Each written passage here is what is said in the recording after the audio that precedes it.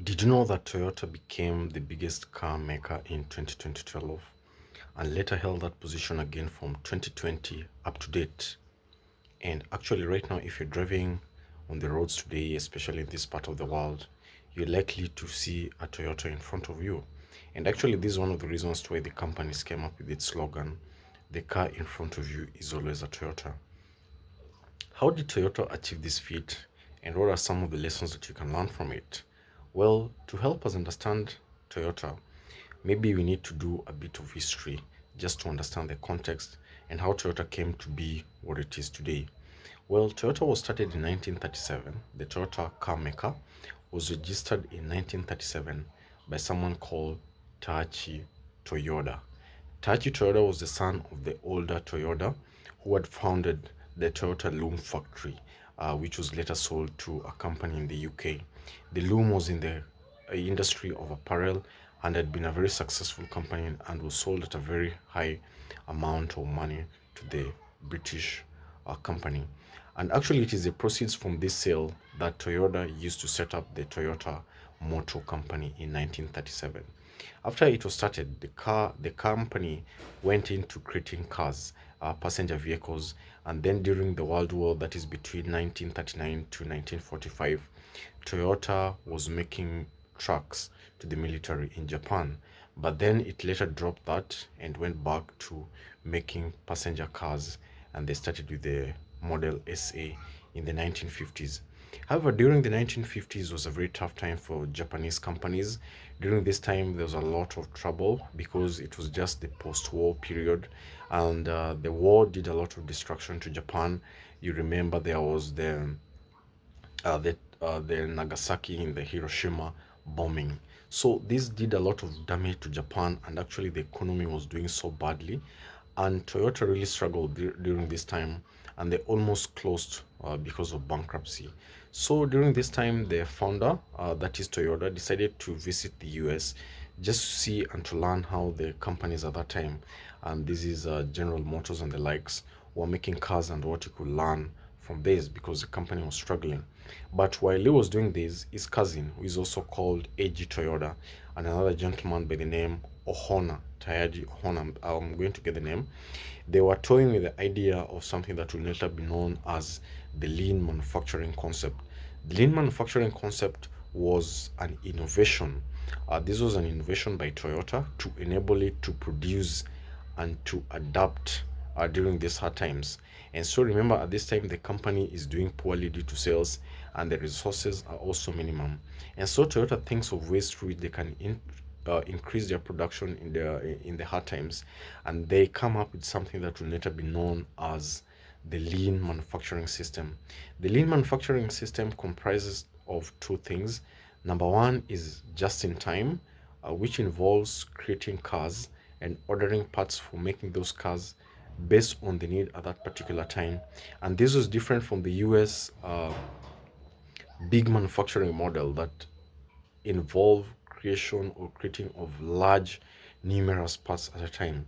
For Toyota, through lean manufacturing and just-in-time concept, they were ordering only parts for the vehicles that they were creating at that time, and this ensured that there was no wastage.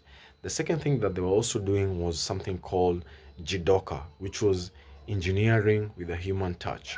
The concept behind this was that any mistake that was identified during the creation of the cars was to be rectified immediately. So, if there was a mistake or there was a hitch on the line or during the production, the Toyota people would stop, rectify that before they proceeded to the next. The advantage of this is that if there's a problem in the creation of that particular model, you are able to arrest it, rectify it, and then proceed only after you have ensured that everything is okay. The difference between the US model and this is that the other ones they were creating large numbers of parts, and if there was a mistake in one, you'd only realize at the end. And so this is how Toyota innovated, and actually out of this Toyota became very efficient and it entered into the world market, overseas market, in the late 1950s to 1960s with its Corona and Corolla models, and these models did very well. And by 1970s, Americans were actually using Toyota cars and they were now ditching their own cars, which were fuel guzzlers and were very big. Because you remember during the 1970s, there was the oil crisis. And at this time, Toyota, I think, was just at the right place because out of their efficiency models, they had created cars that were very efficient. And so the Americans bought these cars and they started dominating the American market. Several years later, through lean manufacturing that will later form something called the Toyota Production System, Toyota became one of the biggest car makers in the world, and that is how it became to be the best in 2020, a position that is as held up to date. What can we learn about this? Lean manufacturing is actually a very efficient way of manufacturing, and right now, so many companies are still using this concept, and it's even taught in MBA programs in very many universities. And out of this lean manufacturing, so many concepts have come out that use the same concept in different industries. And remember, for lean manufacturing, it was in the manufacturing industry, and people have come up with concepts. And today we're going to talk about something called the lean startup, which borrows from lean manufacturing and is a way through which you can innovate in your startup, but then you can also apply the same principles in your business, regardless of the nature. If it's a small business, if it's a big corporation, a government agency, or even an NGO. Why do I say so? Lean startup is a concept for innovation, is a concept for creating new products and new services. How does it work? Lean startup has got four main components. The first component is something called the strategic hypothesis. The strategic hypothesis is your idea of a problem in the market. Remember, as a business owner, as a founder of a startup, as a manager in an NGO or a corporation, your main aim is to solve a problem in the market, and then profit follows you based on how you fill that gap in the market. So the lean startup starts with something called the strategic hypothesis, which is your idea of how you're going to solve that problem in the market, the kind of product that you're going to use to solve that problem in the market.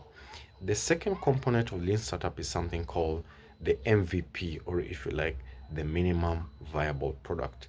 In other words, once you identify the problem that you want to solve in the market and the customer that you're going to help solve this problem, you're going to create something called the minimum viable product.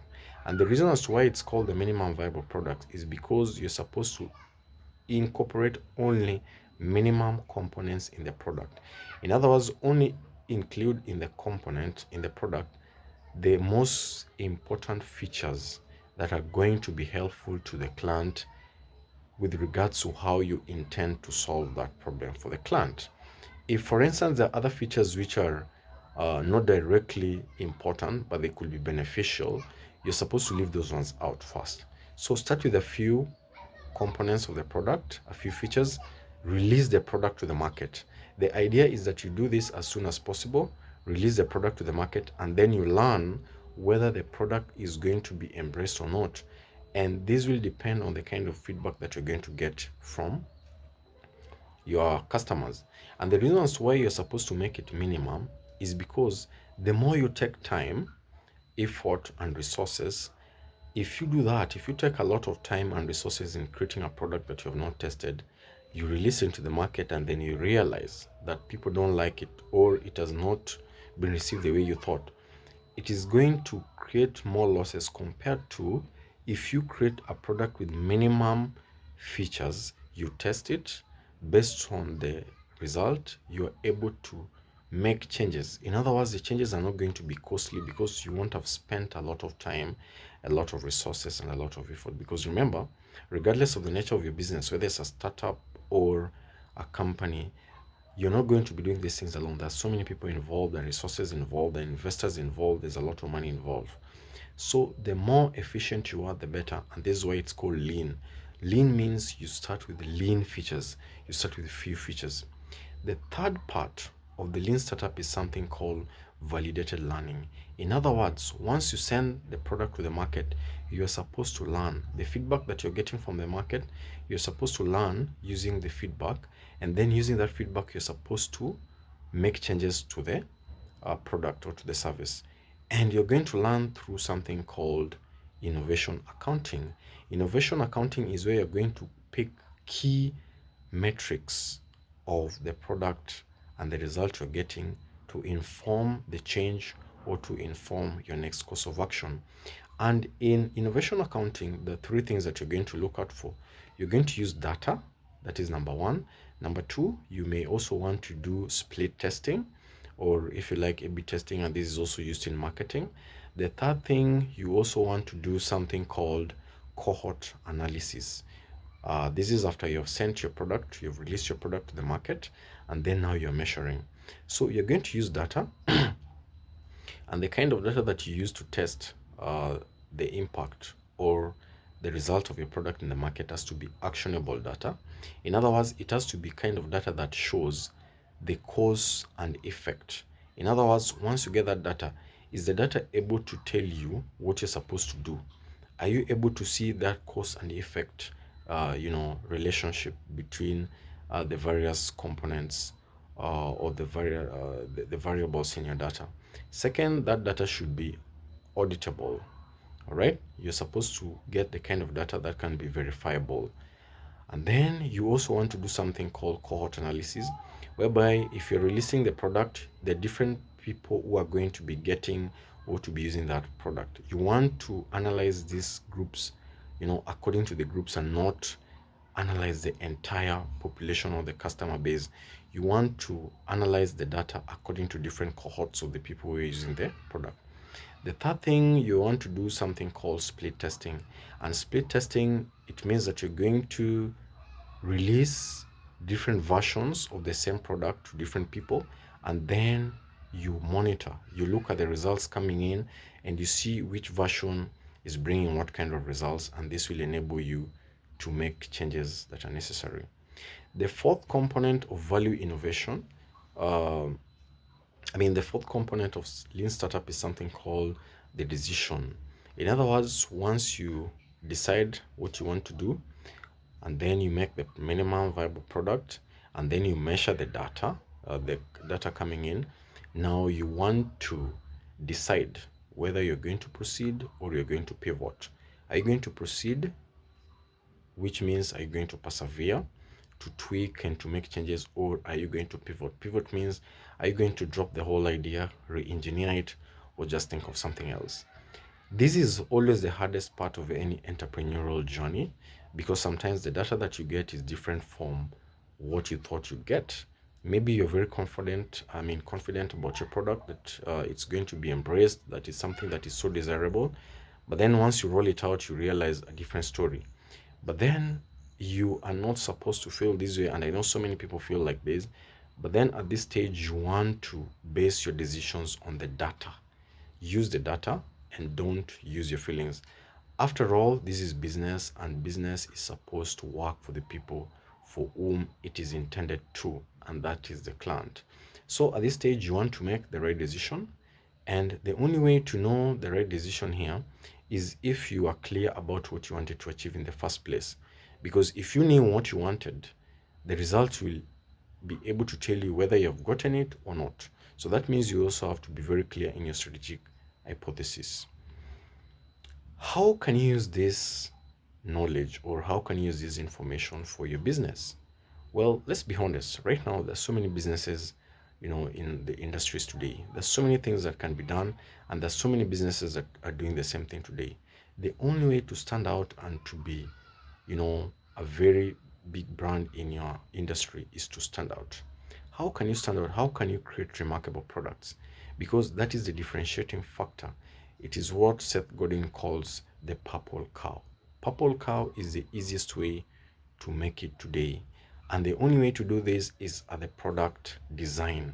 And product design starts, what determines the product design, its success, is innovation. And innovation is what we just described in the lean startup.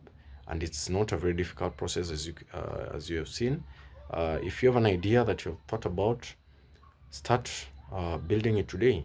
But before you start building, talk to the people to whom, the people you want to help. Talk to them. What do they want? And then once you talk to them, and sometimes don't ask them what they want, just observe their pain, and their experiences with the current products or services, and then come up with something, right? Come up with something that you think will enable them to sort out that problem, and then build in small portions. And then once you build, try it out, and then watch for the results. And then based on the data coming in, change, tweak, or improve or pivot. Ladies and gentlemen, that is about lean startup and lean manufacturing. And currently, so many companies are using this and they're doing well. Think about Harley Davidson, think about Nike, think about Caterpillar. All these companies and Amazon, they're still using lean startup, and it's the reason as to why they're doing so well. So, what are you building today? What do you have in your mind? Think about it and use lean startup or lean manufacturing, and you may just begin to see the result. You may just stand out. Thank you.